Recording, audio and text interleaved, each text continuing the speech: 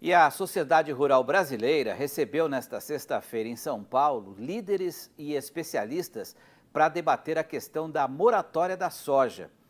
E um acordo firmado pelas empresas, signatárias para não comprar soja de propriedades que tenham áreas desmatadas da Amazônia. Há 18 anos, a moratória da soja proíbe a comercialização e o financiamento de cultivo realizado em áreas que foram desmatadas na Amazônia Legal desde julho de 2008. Mas o Código Florestal Brasileiro, estabelecido em 2012, trouxe regras no que diz respeito à preservação ambiental do bioma. Por lei, o produtor rural deve preservar 80% da área de vegetação nativa da floresta e pode cultivar nos 20% restantes. Desde então, produtores rurais contestam a legitimidade da moratória da soja. O principal ponto aqui que se questiona um pouco dessa parte da moratória da soja, impacto no produtor, é não fazer a diferenciação entre desmate legal e ilegal a partir de 2008.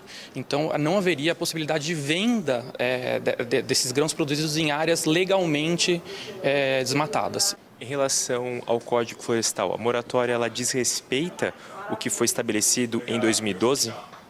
Ela, de certa forma, ela entra um pouquinho de sincronia com o Código Florestal, que o Código Florestal ele permite a figura do desmatamento legal. E na moratória, por ser um padrão voluntário entre as empresas, ele não necessariamente segue completamente a lei. E daí que está um pouquinho esse ponto de conflito.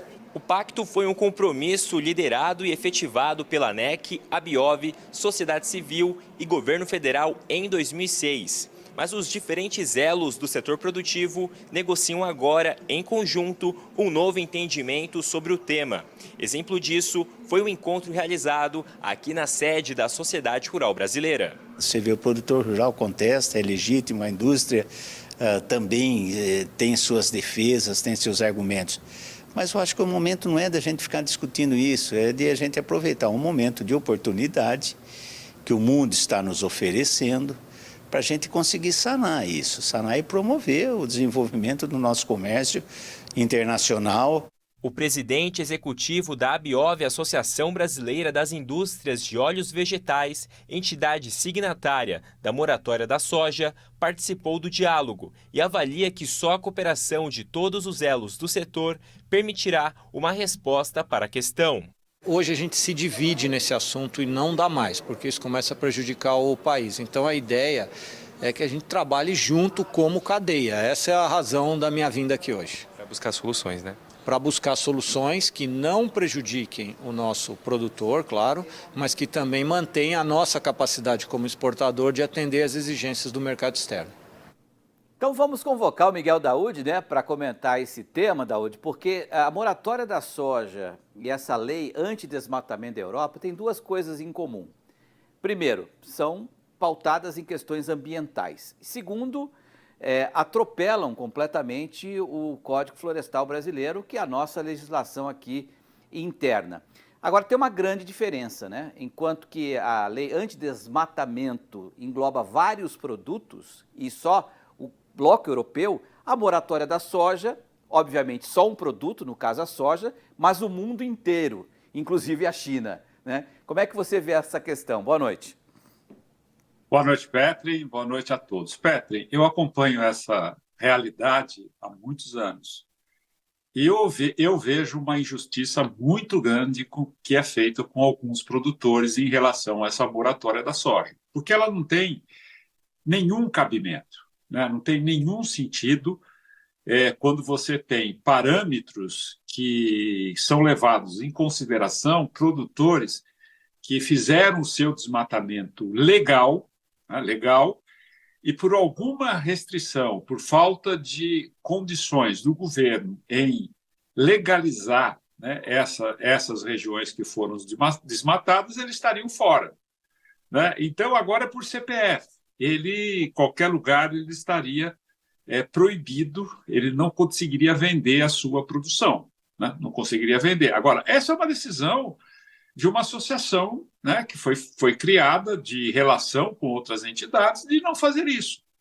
Não existe nenhuma obrigação legal. Não, vocês têm que fazer isso. Sim, essa decisão da União Europeia ela começa a vigorar. Aí é uma outra história. né? Só o que nós temos que ver, Petri, eu vou aqui falar com os meus amigos aí que discutem essas coisas. Nós temos que ser patriotas, meus amigos, porque o Brasil não tem outra saída para o crescimento a não ser pela produção agropecuária. Quando você faz a questão da soja, moratória da soja, tá bom, então eu vou plantar algodão, eu vou plantar outras coisas. O Brasil entrou num programa de transformação de energia sustentável que vai exigir cada vez mais a produção de milho, a produção de soja independente da Europa, Pedro. Nós estamos fazendo aí um carnaval, a Europa, não sei, tá bom, mas a Europa ela vai depender do Brasil. Não que nós não vamos cumprir tudo isso. O Brasil vai cumprir. Só que não dá para cumprir 15 em 2 meses, né?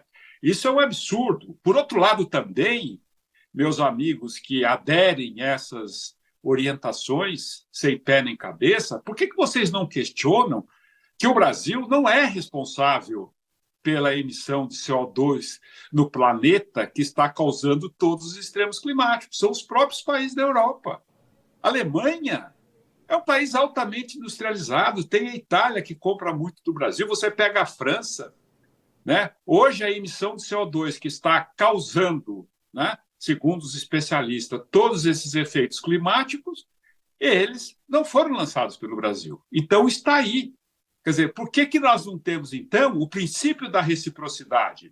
Por que nós temos aqui inúmeras empresas europeias que produzem também aqui e que mandam o produto deles para cá que polui o meio ambiente? Então, olha, gente, nós precisamos pensar um pouquinho mais no Brasil, precisamos pensar um pouquinho mais nesse povo que nós temos, sofrido, que está na rede de proteção social, porque não existe o entendimento do legislativo, do executivo, do próprio judiciário em relação ao Brasil. Nós estamos falando aqui de um Brasil. Agora, essa questão da moratória da soja, eles tinham que ter um entendimento, não é bem assim, né? Não é bem, não vou comprar porque você fez isso, fez aquilo. Não compre. O desmatamento ilegal que tiver, comprovadamente, tem que ser questionado, sim, porque é crime. Se um produtor rural desmata ilegalmente, ele tem que ser punido criminalmente. Agora, o que não dá é para generalizar, né, com essas coisas e nós ficarmos sempre na defensiva, sempre na defensiva. O mundo vai entrar num momento que vai exigir entendimento de todos em relação à agropecuária. Se nós não tivermos atenção, inteligência, cognição, coisa que não se tem, nós vamos ter muitas dificuldades. Não podemos fazer isso, porque certas decisões beneficiam meia dúzia de pessoas, não beneficiam todos. Então, Petro, é lamentável, eu fico horrorizado com a capacidade dessas pessoas em não entender o que é bom para o Brasil e o que é correto para o Brasil. O Brasil, produtor rural, não é desmatador.